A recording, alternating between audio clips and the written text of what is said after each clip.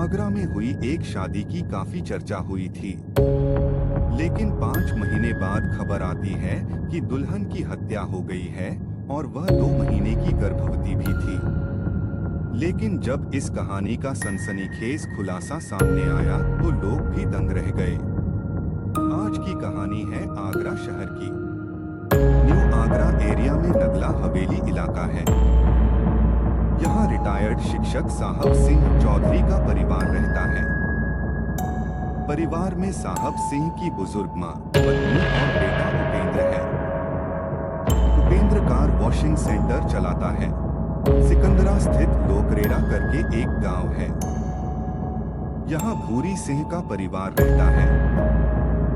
11 दिसंबर 2021 में भूरी सिंह की बेटी प्रीति और नगला हवेली निवासी साहब सिंह के बेटे उपेंद्र के साथ शादी हो रही थी। प्रीति आज बहुत खुश थी। जैसा पति वो चाहती थी वैसा पति उसे मिल रहा था। उपेंद्र का घर 2 फ्लोर का है। शादी के बाद उपेंद्र अपनी पत्नी के साथ ग्राउंड फ्लोर पर रहने लगा, जबकि परिवार के बाकी सदस्य पहली मंजिल पर रहते हैं। प्रीति उपेंद्र के साथ बहुत खुश थी, लेकिन उपेंद्र उसके साथ खुश नहीं था। लेकिन प्रीति नहीं जानती थी कि उपेंद्र उसके साथ खुश होने का सिर्फ दिखावा कर रहा था। 2 महीने अच्छे से गुजरे, फिर खबर आई प्रीति मां बनने वाली है। यह खबर सुनकर घर वाले खुश थे, लेकिन उपेंद्र के चेहरे पर कोई खुशी नहीं थी। एक दिन उपेंद्र के फोन पर किसी लड़की का मैसेज आया। मैसेज को पढ़कर प्रीति के होश उड़ गए। बहुत गुस्सा आया। उपेंद्र के पास जाकर उससे सवाल किया, ये मोनिका कौन है? मोनिका का नाम सुनकर उपेंद्र शॉक हो जाता है। फिर कहता है, मैं उससे प्यार करता हूँ और हमेशा करता रहूंगा। मैं उससे शादी करना चाहता हूँ, लेकिन घर वालों ने मेरी उनसे शादी करके मेरी जिंदगी खराब कर दी। इतना कहकर उपेंद्र घर से बाहर निकलकर मोनिका के पास जाता है। लेकिन जब भी उपेंद्र घर पर होता था तब मोनिका को लेकर दोनों में झगड़े होते रहते। दिन बीत रहे थे, लेकिन उन दोनों के रिश्तों में कोई भी बदलाव नहीं आया। उपेंद्र की मां 16 मई को अपने दूसरे बेटे के पास नोएडा गई थी। 21 मई की रात को साहब सिंह पहली मंजिल पर बने कमरे में सो रहे थे। ग्राउंड फ्लोर पर बने कमरों में उपेंद्र की दादी दयावती सो रही थी। दूसरे कमरे में उपेंद्र, उसकी पत्नी प्रीति सोए थे। 22 मई को सुबह साहब सिंह नीचे उतरकर आए तो दयावती ने उन्हें बताया कि रात में उपेंद्र और प्रीति में झगड़ा हो रहा था। साहब सिंह ने कमरे में झांककर देखा तो प्रीति खून से लहूलुहान पड़ी थी। उपेंद्र कमरे में ही 2 युवतियों के साथ बैठा था। उसके पिता साहब सिंह ने 22 मई की सुबह पुलिस को फोन किया और बताया कि बेटे ने बहू की हत्या कर दी है। उसके साथ कमरे में 2 लड़कियां भी थीं। पुलिस के आने से पहले ही लड़कियां कमरे से भाग गई थीं।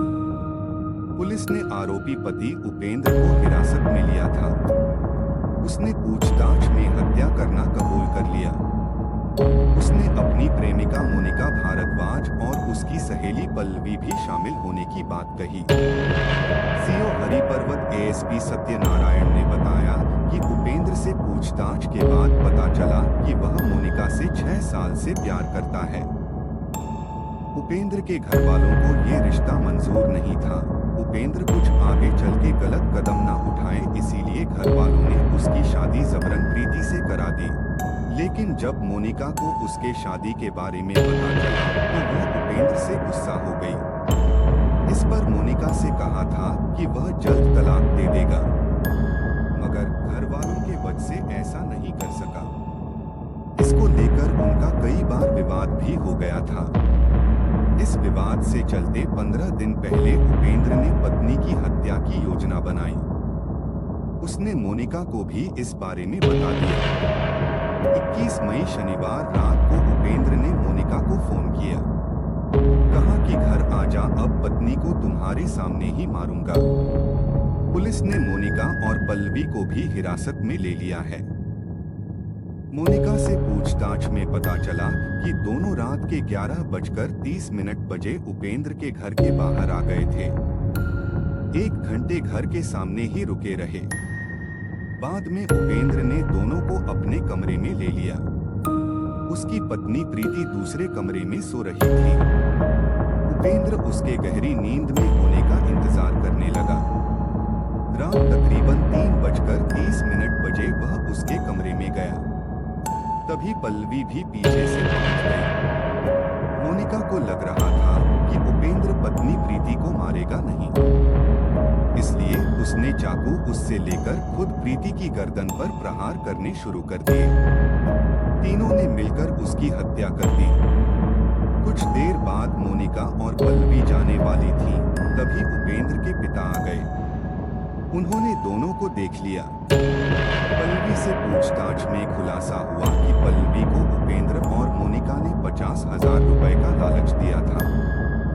पल्लवी बेहद गरीब परिवार से थी, इस कारण लालच में आ गई।